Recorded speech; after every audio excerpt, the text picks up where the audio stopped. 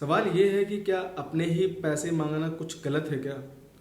क्योंकि आज की जो कहानी है वो ऐसी ही है, जहां पर एक व्यक्ति ने अपने पैसे मांगे और बदले में मिली उसे मौत।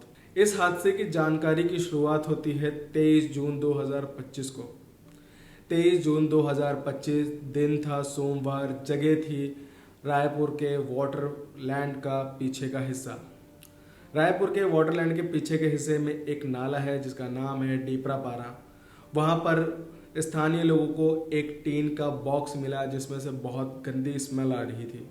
स्थानीय लोगों ने तुरंत पुलिस वालों को कॉल किया। पुलिस वालों ने सूचना पाते ही मौके पर पहुंचे और उन्होंने पाया कि एक बड़ा सा टीन का बॉक्स था जिसमें से बहुत गंदी स्मेल आ रही थी। पुलिस वालों ने जब उस टीन के बॉक्स को ओपन किया तो उसमें एक रेड कलर का ट्रॉली बैग पड़ा हुआ था, और जब उस ट्रॉली बैग को खोला गया तो उसमें एक अधेड़ उम्र के व्यक्ति की लाश पड़ी हुई थी जिसके पैर बंधे हुए थे और उसको सीमेंट से कवर किया गया था। इसका मतलब किसी ने उस बॉडी को मार कर सीमेंट से कवर करके उसे सुनसान जगह पर फेंकने की कोशिश की, लेकिन वो फेल हो गए। मामले की गंभीरता को देखते हुए पुलिस ने तुरंत एक्शन लिया और अलग अलग टीमें गठित कर दी, जैसे dog squad team, forensic team and cyber cell team. सभी टीमों ने अपना अपना काम करना शुरू कर दिया। सबसे पहले तो उस एरिया को सील कर दिया गया ताकि कोई आ जा ना सके। इसके बाद एक टीम ने कैमरे की छानबीन की और लोगों से पूछताछ की तो पता चला एक शख्स ने बताया कि उसने एक ऑल्टो कार में 3 व्यक्ति और एक महिला को आते हुए देखा था। वो डीडी नगर के इंद्रप्रस्थ कॉलोनी की तरफ से आ रहे थे।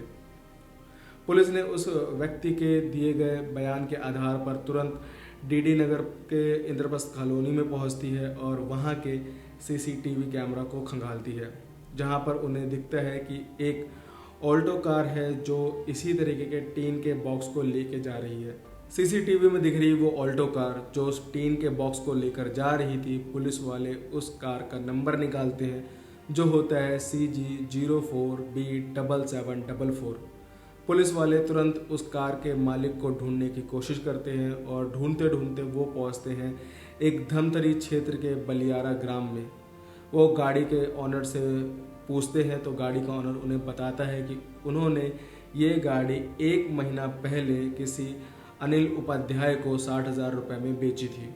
वहीं दूसरी तरफ पुलिस की दूसरी टीम यह पता करने की कोशिश करती है कि वो टीन की पेटी किसने और कहां से खरीदी थी। उस टीन की पेटी के ऊपर दुकान का नाम लिखा हुआ था। पुलिस छानबीन करती है और पता करती है तो पता चलता है कि वो जो दुकान थी वो थाना गोल बाजार के पेटी लाइन में स्थित थी और उस दुकान का नाम था शब्बीर ट्रंक फैक्ट्री। पुलिस वहां पहुंचती है और उस फैक्ट्री के मालिक से पूछती है तो फैक्ट्री का मालिक, जिसका नाम होता है हब्बू भाई, वो बताते हैं कि इस पेटी को 22 जून को एक पुरुष और एक महिला खरीदने आए थे और उस महिला ने ऑनलाइन पेमेंट किया था। इसके बाद तीसरी टीम जो साइबर सेल की टीम रहती है वो उस खाते की जानकारी में जुट जाती है जिससे पेमेंट किया गया था, तो पता चलता है कि जिसने पेमेंट किया था उसका नाम था शिवानी शर्मा।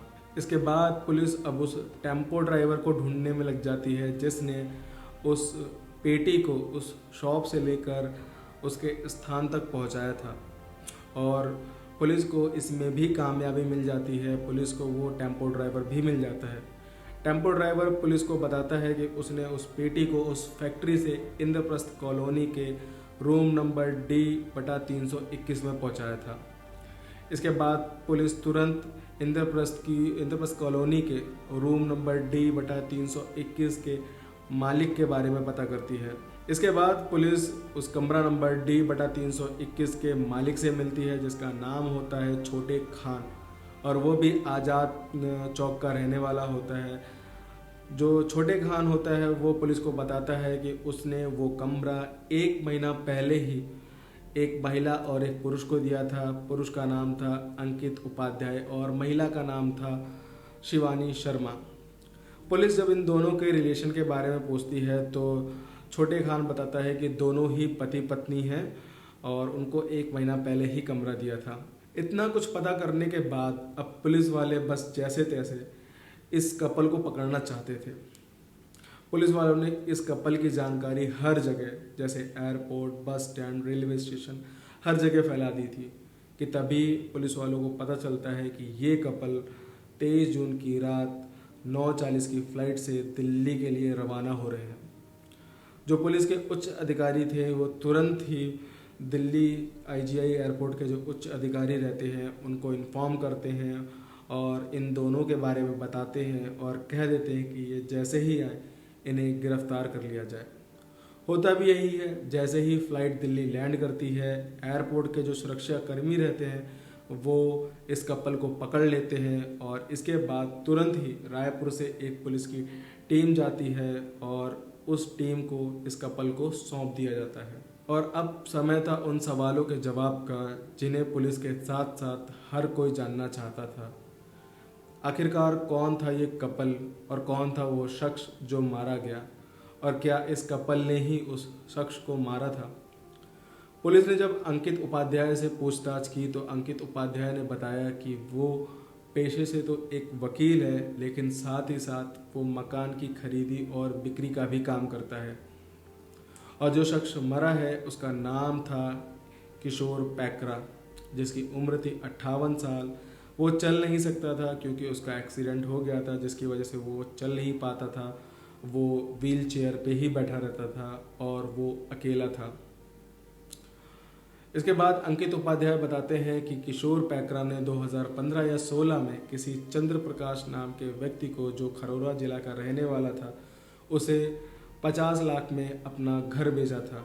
लेकिन पूरी रकम ना मिलने की वजह से किशोर पैकरा ने कोर्ट में केस कर दिया था और जो वकील इस केस को लड़ रहा था वो अंकित उपाध्याय ही था।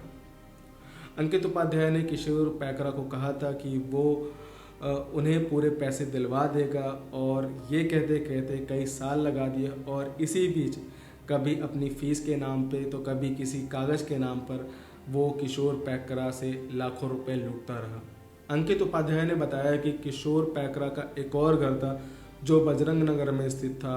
उस घर को उसने 30 लाख रुपए में किसी दूसरे व्यक्ति को बेचा था और वो भी अंकित उपाध्याय के माध्यम से ही बेचा था, जिसमें से अंकित उपाध्याय ने 10 लाख रुपए अपनी फ़ीस के नाम से और बाकी के 2 लाख रुपए कागजात के नाम पर ऐंठ लिए थे। इसके साथ ही बचे 18 लाख रुपए भी अंकित उपाध्याय ने कभी शेयर मार्केट के नाम पे, कभी इन्वेस्टमेंट के नाम पे धीरे धीरे करके किशोर पैकरा से ऐंठ लिए थे। मतलब कुल 30 लाख रुपए बर्बाद कर चुका था। और इन्हीं पैसों को जब किशोर पैकरा मांग रहा था तो इन दोनों के बीच में थोड़ी कहासुनी हो जाती थी। लेकिन फिर भी किशोर जो अंकित उपाध्याय था उसने किशोर पैकरा को कहा कि जब तक मैं आपके पैसे वापस नहीं कर देता हूँ तब तक आपके खाने पीने का ध्यान मैं रखूँगा। किशोर पैकरा के पास कोई दूसरा ऑप्शन नहीं था, इसलिए वो अंकित उपाध्याय की बात को मान जाता है और जो खाने पीने की जिम्मेदारी रहती है वो अब अंकित उपाध्याय के ऊपर रहती है। लेकिन अंकित उपाध्याय का कहना ये था कि वो जो किशोर पैकरा था अब वो रोज़ रोज़ अलग अलग तरह के खाने पीने की डिमांड करता था और साथ ही साथ वो रोज़ अपने पैसे की डिमांड भी करता था, जिससे जो अंकित उपाध्याय था वो अपने आप को बहुत ज़्यादा प्रताड़ित महसूस कर रहा था, वो बहुत ज़्यादा परेशान महसूस कर रहा था और इसीलिए उसने किशोर पैकरा को मारने का प्लान बनाया। तो अब सवाल ये था कि अंकित उपाध्याय ने किशोर पैकरा को मारा कैसे। अंकित उपाध्याय बताता है कि 21 जून की सुबह वो अपने घर सत्यम विहार से ऑल्टो कार लेकर किशोर पैकरा के घर जाता है और वो उनसे झूठ कहता है कि आपके घर की सफाई करवानी है, तब तक आपको जो इंद्रप्रस्थ कॉलोनी में मेरा जो किराए का घर है वहाँ पे आपको रहना पड़ेगा। ऐसा झूठ बोलकर वो किशोर पैकरा को अपनी कार में बैठाकर इंद्रप्रस्थ कॉलोनी में उस कमरा नंबर D/321 में ले जाता है। इसके थोड़ी ही देर बाद उसकी पत्नी जो शिवानी शर्मा थी वो भी स्कूटी से आ जाती है और इसके बाद ये दोनों मिलकर उसका कत्ल कर देते हैं। अंकित उपाध्याय उसकी छाती पर बैठ के उसका गला दबाने लग जाता है और जो उसकी पत्नी शिवानी शर्मा रहती है वो किशोर पैकरा के पैरों को पकड़े रहती है। इसके बाद चाकू से उसके गले को रेत दिया जाता है और मर्डर करने के बाद बॉडी को वहीं छोड़ के ये दोनों चले जाते हैं। शाम के टाइम में जब ये आते हैं तो टॉवल से उस खून को पोंछते हैं और चाकू को और टॉवल को एक प्लास्टिक के बैग में डालते हैं और उसकी बॉडी को पैरों से बांध के एक ट्रॉली बैग में डालकर चले जाते हैं। इसके बाद वो रात को जाते हैं और जो गोला बाज़ार थाना गोला बाज़ार में पेटी लाइन रहती है वहाँ पे जाके उस टीन के बॉक्स का ऑर्डर देते हैं और फिर वापस आ जाते हैं। इसके बाद अगला दिन होता है। अगला दिन जब होता है तो अगले दिन घर पे अपने वही इंद्रप्रस्थ कॉलोनी में पहुंचते हैं और वहाँ पर जब वो देखते हैं कि उस सूटकेस से बहुत ज़्यादा बदबू आ रही है तो वो जाते हैं, सीमेंट लेके आते हैं और सीमेंट का घोल बना के उस बॉडी के ऊपर डाल देते हैं। इसके बाद फिर वो जाते हैं, पेटी खरीद के लाते, वो पेटी का जो ऑर्डर दिया था उस पेटी को लेके आते हैं 22 जून को। जब वो 22 जून को उस पेटी को लाते हैं, पेटी को खोलते हैं, उसमें उस ट्रॉली बैग को डालते हैं जिसमें किशोर पैकरा की लाश होती है और उसके बाद बंद करके वो चले जाते हैं। इसके बाद 23 जून की सुबह जब ये दोनों पति पत्नी फिर एक बार इंद्रप्रस्थ कॉलोनी में पहुंचते हैं और उस पेटी को उठाने की कोशिश करते हैं, लेकिन वो पेटी इतनी ज़्यादा भारी होती है कि इन दोनों के बस की बात नहीं होती है। इसके बाद फिर जो अंकित उपाध्याय रहता है वो अपने घर जाता है, सत्यम विहार जाता है और वहाँ से अपने दो जानकार को लेके आता है जिनका नाम होता है सत्यकांत यदु और विनय यदु। ये इन दोनों को लेकर आता है। इसके बाद फिर ये चारों मिलकर उस पेटी को उठाते हैं और उस ऑल्टो की डिग्गी में रखते हैं और उसके बाद उस बॉक्स को उस जो वाटरलैंड का पीछे का हिस्से में जो नाला होता है वहाँ पर फेंक देते हैं।